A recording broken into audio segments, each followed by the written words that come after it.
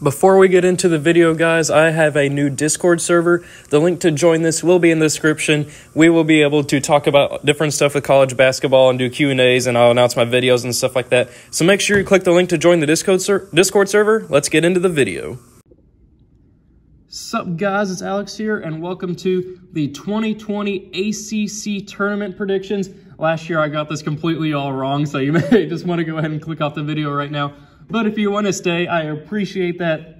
We are going to have some fun in this video. If you haven't checked out my ACC Tournament Predictions video, make sure you check that out after you finish watching this one, plus all the bracketologies. I also have the Big East Tournament Predictions video coming out after this one.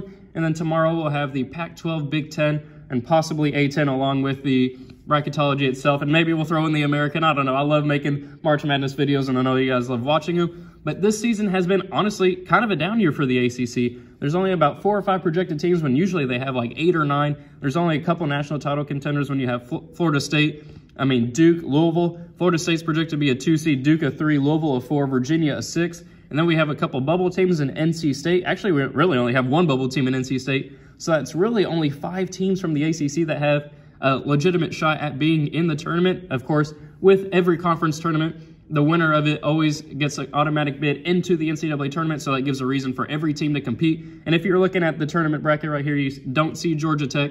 They have a postseason ban for this year to where they can't play in the ACC tournament or the NCAA tournament. That's going to be gone next year, and they'll be eligible again. That's why there's only 14 teams in this bracket when there's a 15-team ACC. But I'll go ahead and go into my predictions for you guys. We'll go ahead and do it right now. We have Clemson moving on past Miami to face Florida State in the ACC quarterfinal matchup right here. I do think that Miami is just kind of a weird team this year. They're just kind of there, if I'm being honest. Haven't really heard anything about them nationally. I think they're just kind of like a 14 and 16 team, something like that.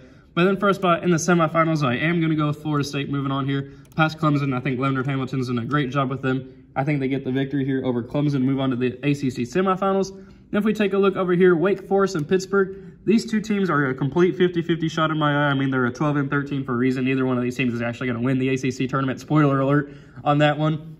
But I do think that Wake Forest, they did beat Duke earlier this season, and that's why I'm going to go with them here moving on past Pittsburgh. And then I'm going to have them pulling off another upset here. I'm going to go with the 12-over-5 upset with Wake Forest over NC State. NC State just can't seem to get past themselves. For some reason, they've just been so inconsistent over the course of the season. They get a big win, but then follow that up with like 3 straight losses. And I don't think they'll be able to get the win here. And I think this means that they'll fall out of the projected field and not make the NCAA tournament. That's why I'm going to go with Wake Forest here over NC State. But then for a spot in the ACC semifinals, I am going to go with Duke. They'll get their revenge over Wake Forest. That was a really weird game that went to overtime. I think Wake Forest won like 112 to 100 or something like that. It was a really high-scoring game. But I'm going to go with Duke here moving on past Wake Forest and into the ACC semifinals, and I'll do the Florida State-Duke matchup here in a minute. Then we have Notre Dame here moving on past Virginia. Notre Dame, throughout the course of February, it looked like they wanted to kind of make a run at the bubble, but they just couldn't seem to take that extra leap. They almost beat Florida State this week, but they kind of faltered down the stretch of Florida State. Won by like 2 or 3 after leading for only 12 seconds the entire game. But then if we scroll down a little bit further, we have North Carolina. I think they pull off the 14-over-11. They have Cole Anthony, who is a projected top 5 pick. I think he's like number 4 or 5, something like that.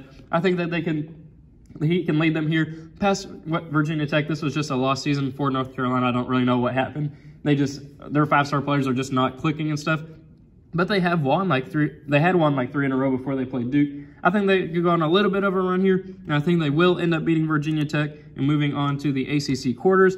And then I think, you know what? Let's go with another upset here. Let's go with the lowest ranked team in the tournament moving on to the ACC semifinals. Let's go with North Carolina moving on here. Cole Anthony can move them past Syracuse, and Syracuse has just been not been looking that good this year. They're a perennial bubble team, but I don't think it's going to matter this year. I think that they'll be able to lose to North Carolina in the ACC quarters, which sets up Virginia and Notre Dame here to move on to the ACC semis, and I am going to go with Tony Bennett and Virginia. That game is going to be a snooze fest to watch. It's probably going to be like 48-43 Virginia.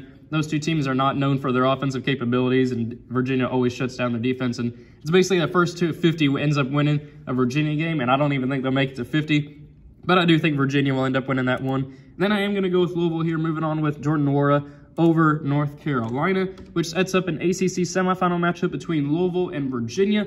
And I am going to go with Virginia moving on here. These two teams split the regular season. Both teams won at home.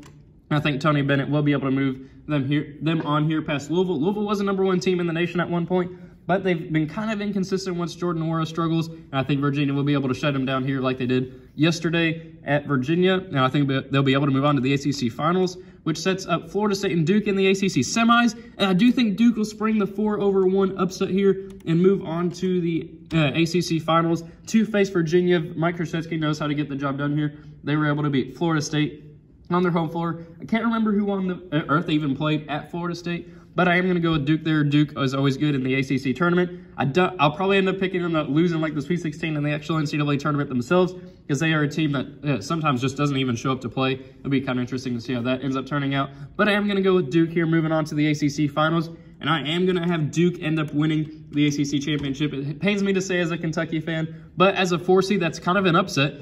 As an ACC tournament champion, as a 4 seed, I'm going to go with Duke winning the tournament. I think they're the best team in the ACC this year, and I think they'll be able to get the job done. So, thank you guys for watching. I hope you enjoyed it. Let me know your own ACC tournament predictions in the comment section below. Make sure you check out my other tournament prediction videos and the different bracketologies I've been doing.